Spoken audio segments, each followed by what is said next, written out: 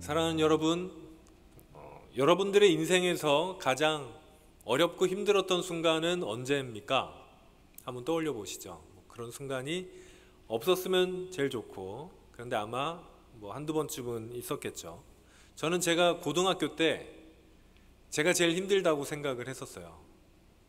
여러분들이 이제 고등학생을 비웃지만 저랑 여러분들의 나이 차이가 그거보다 더 많이 납니다. 제가 힘들었었던 때는 언제냐면, 그렇게 육체적으로 힘들었다기보다는 마음이 힘들었을 때가 지난번 한번 제가 설교 때 나눈 것 같은데, 신대원 입시할 때였습니다. 제가 신대원 들어갈 때쯤 굉장히 신대원 시험이 어려웠거든요. 어렵다는 게 시험 자체가 어려운 것도 좀 있지만 경쟁률이 좀 심했어요. 한 5대1 정도 됐거든요. 그러니까 들어가기가 좀 어려운 시험이었습니다. 그런데 제가 한 번에 붙었으면 참 좋았는데 한 번을 떨어졌어요. 이게 저를 좀 어렵게 한 거죠. 왜냐하면 여러분, 신대원은 누가 갑니까? 신학대학원이거든요. 신대원이 목사님이 되겠다고 선택한 사람들이 가는 데가 신학대학원입니다. 저는 원래 학부에서부터 신학을 했었지만 목사님이 될 생각은 그렇게 없었거든요, 처음에는. 그런데 군대에 갔더니 거기에서 하나님께서 저를 불러주셨어요. 그래서 내가 이제 목회자가 돼서 하나님의 사역을 해야겠구나 다짐하고 이제 전역하고 공부를 시작해서 이제 신대원을 준비한 거죠. 하나님이 부르셨는데, 하나님께서 하라고 하신 일을 내가 열심히 하려고 하는데 떨어진 거잖아요. 못하게 막힌 거잖아요. 물론 이게 제가 공부를 안 해서 떨어진 겁니다. 제가 공부를 덜 열심히 해서 떨어진 거죠. 제가 문제를 틀렸으니까 떨어진 건데, 이게 원망이 어디로 갑니까? 스스로 자책을 해야 되는데 그렇지 않고 이제 왜 하나님, 저는 하나님을 위해서 열심히 좀 하려고 하는데 이 길을 막으십니까? 라고 생각이 들었죠. 근데 그 생각을 이제 부여잡고 1년 동안 또 열심히 공부를 하는 그 시점이었습니다.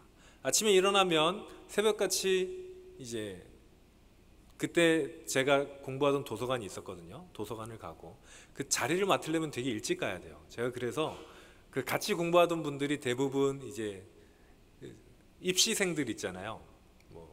대부분 자격증 시험하는 사람들이나 공무원고시 준비하는 분들이랑 같이 자리 경쟁을 했습니다. 그 사람들이 너무 일찍 오니까 도서관에 자리가 없잖아요. 그럼 저는 더 일찍 가야 맞거든요. 그래서 그렇게 자리를 맡고, 그리고 저녁에 이제 거의 밤이 다 돼서 한밤중에 집으로 돌아오고 이렇게 1년 동안 공부를 하는데, 근데 가장 힘든 시기가 언제냐면 이때쯤이에요. 이때쯤. 왜 이때쯤이냐면 제가 그때도 사역을 하고 있었거든요. 그러니까 이때 무슨 큰 사역이 있습니까? 여름 수련회가 있는 거예요. 1년 중에 가장 바쁜 시기. 지금 우리 성현이가 굉장히 공감하는 마음으로 저를 보고 있는데, 여름 수련회 디렉터를 맡아가지고 얼마 전에 너무 힘들다고 이야기를 하더라고요. 성현이 지나가면 위로 좀 해주시고. 바빠요. 엄청 할 게 많습니다. 평소에는 그렇게 막 힘들지 않은데 딱 수련회나 이런 게 있으면 힘들죠. 그런데 공부도 해야 돼요. 여러분, 어릴 때 공부하셔야 됩니다. 제가 그때가 이제 30쯤 됐을 때인데, 제가 원래 이 암기 과목을 굉장히 잘하는 사람이었는데 30쯤 되니까 10개를 외우면 8개를 잊어버려요. 진짜로. 전 지금 외우면 아마 10개를 외우면 9개는 잊어버릴 것 같아요. 너무 못 외우겠는 거예요. 저는 원래 정말 자신이 있는 분야였는데 너무 어려운 거예요. 그것도 마음이 힘든데 공부를 못 하잖아요. 제가 이거 왜 공부하고 있습니까? 하나님 나라 위해서 한다고 공부하고 있는데 수련회 때문에 공부를 못해. 근데 그러면 수련회를 안 해야 돼요? 아니죠. 이것도 너무 중요한 일인데, 하나님의 일인데, 야, 하나님 저거 어떻게 해야 되나요? 이러고 있었을 때가 제일 마음이 힘들었어요. 사실 돌아보면 아무것도 아닙니다. 그렇잖아요. 그런데 그때가 그렇게 마음이 힘들더라고요. 좀 억울하기도 하고, 왜냐하면 한번 떨어졌기 때문에 그럴 거예요. 이번에 또 합격한다면 보장도 없고, 하나님 내가 부른 게 맞을까? 내가 잘못 들었나? 이런 생각이 들기도 하고, 이런 앞이 좀 잘 안 보이는 상황이 저를 힘들게 했던 것 같습니다. 오늘 본문에 이제 이렇게 앞이 안 보이는 상황에 처하게 되는 한 사람이 등장합니다. 누군지 아시죠? 우리가 몇 주 동안 보고 있는 다윗입니다. 다윗은 오늘 본문부터 도망자가 됩니다. 그래서 제가 오늘 설교의 제목을 도망자 다윗이라고 지었는데, 다윗은 이때부터 다윗의 인생이 도망다니는 인생이 돼요. 굉장히 자기가 그렇게 죄를 지은 게 없는 것 같은데도 사울의 눈을 피해서 도망하고 누군가 자기를 밀고 하면 또 그 자리에서 도망가는 그런 도망자 인생이 됩니다. 원래는 다윗이 누굽니까? 우리 지난주에 살펴본 게 골리앗과 다윗의 전투였잖아요. 골리앗을 쓰러뜨린 다윗은 이스라엘의 영웅이 되었습니다. 영웅. 이순신 장군이 되었어요. 근데 이순신 장군은 그 당대에 전쟁이 끝나기 전에 돌아가셨기 때문에 어떻게 그런 대우를 못 받으셨지만, 다윗은요 전쟁을 끝냈어요. 승리로 가는 곳마다 이겼습니다. 개선식을 벌이고 사람들이 다윗을 누구나 다 알았어요. 그런데 그 다윗이 가장 화려했던 순간에 이 다윗이 도망자가 되려는 어떤 전조가 보이기 시작했습니다.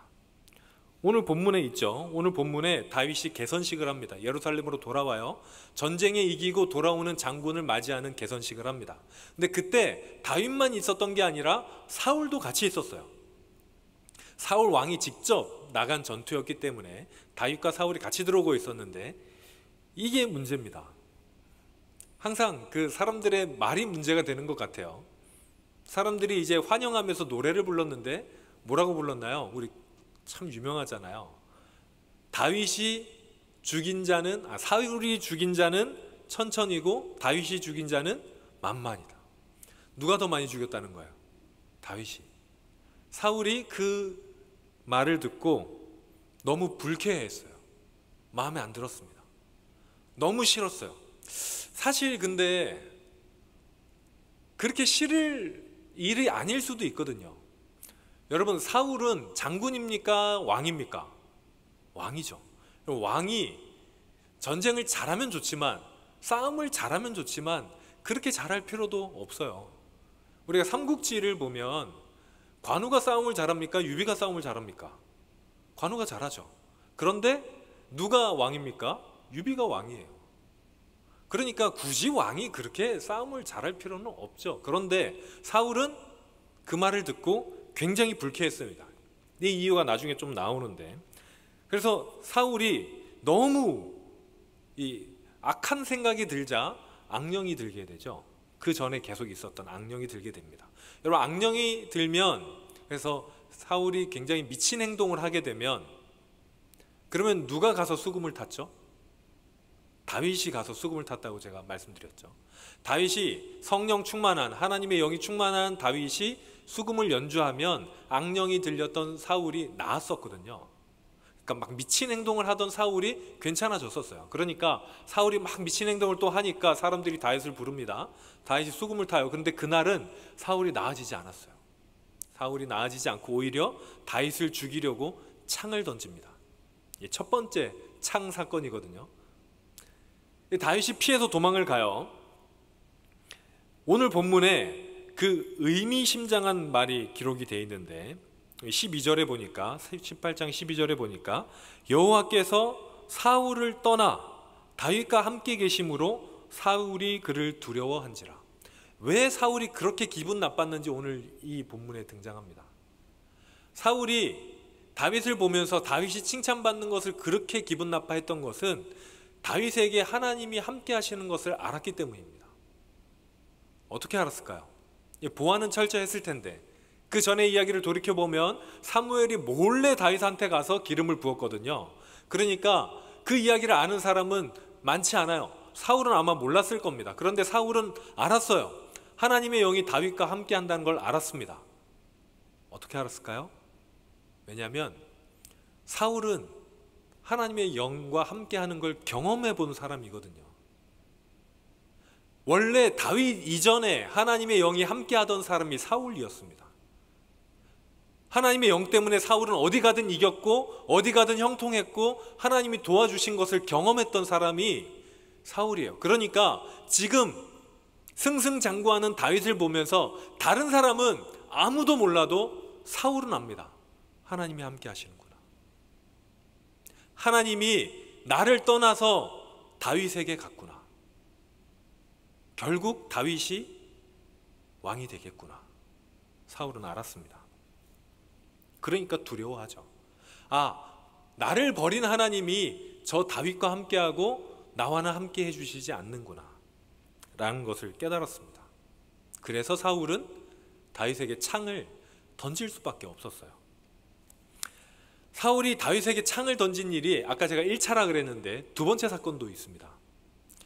사울이 이제 다윗을 죽이기 위해서 계략을 하나 꾸밉니다. 뭐냐면 그 당시에 왕이 신하에게 가장 해줄 수 있는 큰 일은 뭐냐면 자신의 딸을 주는 거예요.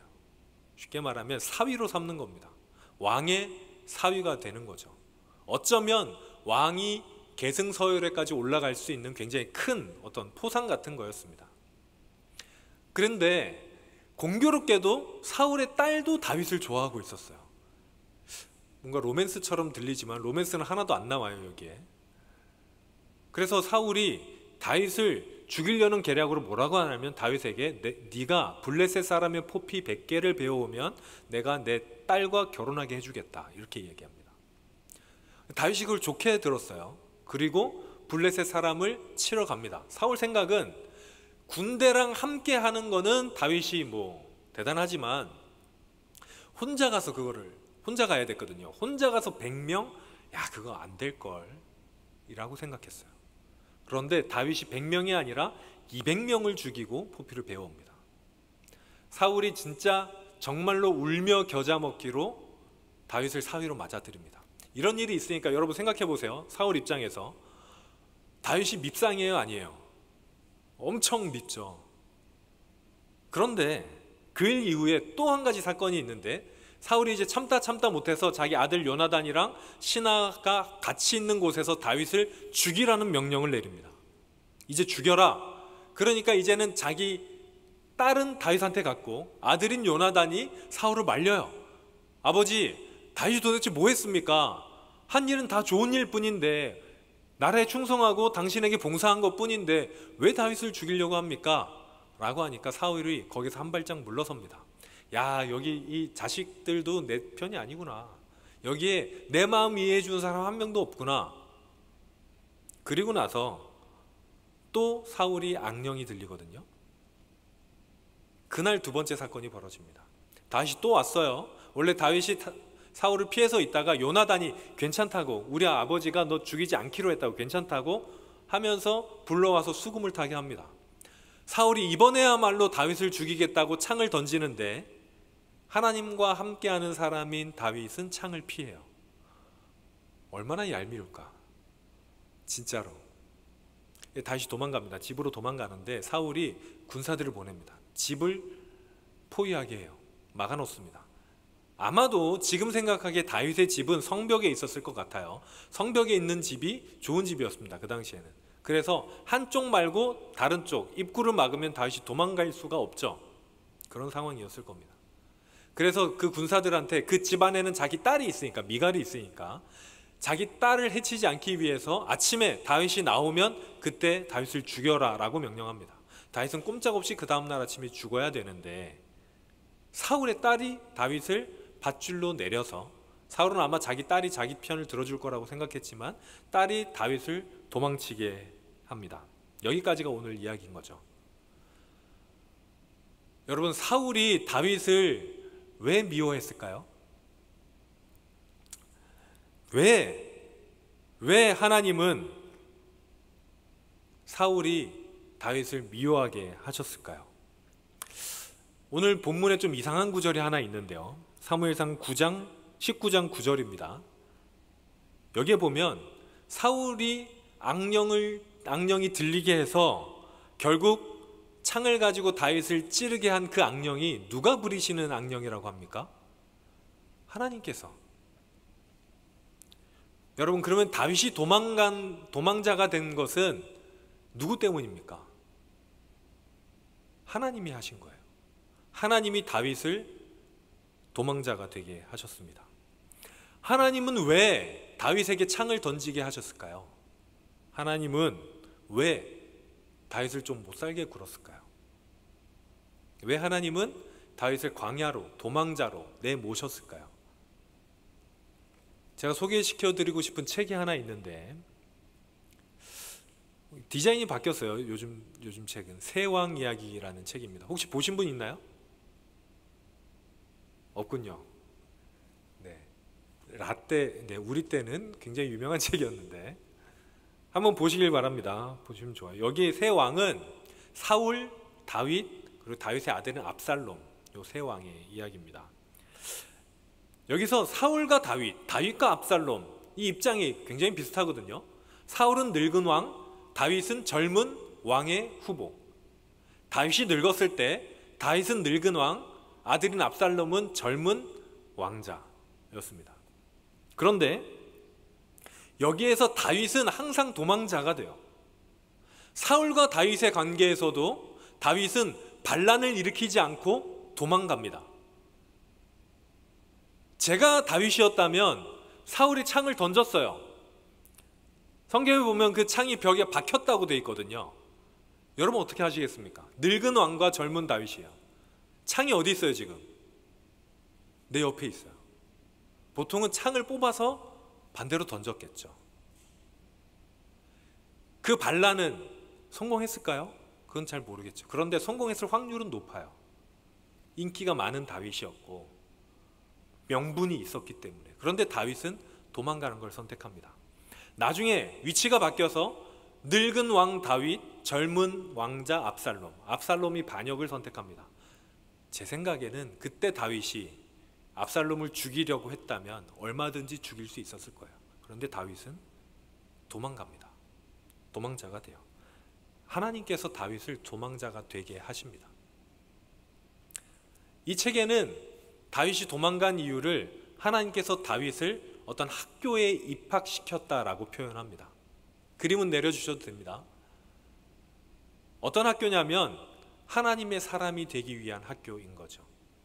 만약에 다윗이 그 학교를 수료하지 못했다면, 도망자가 되지 못했다면 이 책의 저자는 뭐라고 얘기하냐면 다윗은 제2의 사울이 됐을 수도 있다라고 이야기합니다. 인기가 많았어요. 여러분 사울도 인기가 많았습니다. 젊었을 때. 능력이 많았습니다. 외모도 출중해요. 사울과 다윗의 다른 점은 딱 한 가지 있습니다. 다윗이 도망자 생활을 경험했다는 것. 나머지는 다 똑같아요. 언젠가 다윗도 사울처럼 미친 왕이 돼서 그 아래에 있는 장군에게 창을 던지는 미친 왕이 되었을 수도 있습니다. 그런데 다윗이 그러지 않았던 이유는 하나님이 보낸 그 학교를 수료했기 때문입니다. 어떤 목사님이 설교 중에 이런 얘기 하시는 걸 들었습니다. 뭐냐면 우리가 만나는 시험에는 두 종류가 있다고 해요. 첫 번째는 테스트고 두 번째는 템테이션이라고 하더라고요. 쉽게 말해 유혹. 네, 다 알아들었겠지만 몇몇이 저한테 이제 그게 뭐예요? 라는 눈빛을 보내서 테스트와 유혹이 있다고 합니다. 테스트는 하나님께서 하시는 거죠. 테스트를 우리가 굉장히 싫어하지만 꼭 필요합니다.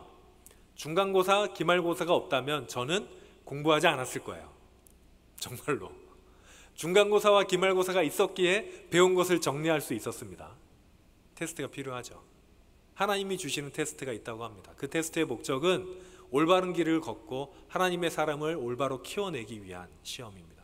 그런데 유혹이 있대요.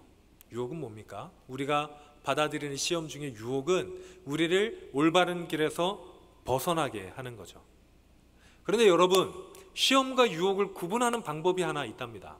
뭐냐면 유혹은 항상 우리한테 좋은 것을 보여줍니다. 너가 거짓말을 조금만 하면, 좀 거짓말을 참기만 해서 좀 하면 너는 이 사람을 경쟁에서 이길 수 있어. 너가 좀 저 사람에 대해서 험담을 조금만 하면, 그렇게만 하면 너는 앞으로 이 사람을 이기고 경쟁에서 이겨서 성공할 수 있어. 불법을 조금만 저지르면 더 많은 돈을 벌 수 있어. 뭐 이런 더 좋은, 자기가 생각하는 더 좋은 어떤 이상향을 보여주면서 우리를 유혹하게 되는 거죠. 그런 테스트의 특징은 뭐냐면요, 힘든 거예요. 어려운 거죠. 어떻게 해야 될 줄 몰라요. 앞을 보여주지 않습니다. 테스트는요, 그냥 깜깜해요. 하나님께서 시험하신 사람 중에 가장 유명한 분은 예수님일 겁니다. 하나님의 성령이 예수님을 광야로 몰아내요. 여러분, 광야가 어떤 곳입니까? 길이 없는 데가 광야예요. 어디를 가야 되는지 알지 못하는 데가 광야입니다. 오솔길도 없어요. 그냥 흙만 있고 바위만 있는 곳, 거기가 광야입니다. 하나님이 예수님을 광야로 내모셨습니다. 뭘 해라 말도 없으셨어요. 그냥 거기에 있게 하셨습니다. 앞이 보이지 않을 때, 몸이 힘들 때, 우리가 어떻게 해야 될지 모를 때, 여러분, 그때는 아마도 하나님이 여러분을 시험하실 때일 겁니다. 테스트하실 때. 물론 이 테스트 고난에도 내 욕심으로 인한 고난과 하나님으로 인한 고난이 있는데, 여기에서는 하나님으로 인한 고난이라고 생각합시다. 여러분, 만약에 여러분이 어려움에 처해져 있다면 잘 생각해 보세요. 그게 만약 여러분의 욕심 때문에 벌어진 일이 아니라면 선택지는 딱 하나 있습니다. 하나님이 여러분을 시험하고 계세요. 여러분을 성장시키기 위해서. 왜 하나님은 우리를 고통스럽게 하실까요? 왜냐하면 우리 안에 있는 사울을 죽여야 되거든요. 우리가 이대로 그냥 좋은 데서 좋은 컨디션으로 좋게 성장하면 우리가 제2의 사울이 될 수도 있거든요. 그 고통으로 인해서 차라리 하나님 저를 죽여주세요라고 고난을 당한 엘리야도 있지만, 그것을 통해서 하나님은 자신의 사람들을 만들어 갑니다. 욥기를 보면 이런 말이 있죠. 그가 단련하신 후에 우리가 정금같이 나올 것이다. 여러분, 쇠나 금속을 단련할 때 굉장한 압력을 가합니다. 열을 가하죠. 그래서 불순물들을 제거해야 순수한 금이 되고 쇠가 됩니다. 사랑하는 여러분, 여러분이 만약에 고난 가운데 있으면 예수님께서 말씀하시죠. 오히려 기뻐하라고. 여러분이 어떻게 해야 될지 모르는 그 막막한 상황 가운데 있다면, 여러분, 학교가 시작됐습니다. 여러분 입학하셨어요. 그것을 잘 이겨낸다면, 견뎌낸다면 우리는 하나님의 사람이 되어갈 것입니다. 어떻게 해야 될지도 모르는데요, 괜찮아요. 하나님이 여러분을 이끄실 겁니다. 하나님의 뜻대로만 한다면요. 여러분, 거기서 여러분이 생각해야 될 게 딱 하나입니다. 뭐가 하나님의 뜻이지? 내가 이렇게 하는 것은 유혹에 넘어가는 것 아닌가? 내가 하나님 앞에서 어떻게 살아야 되지?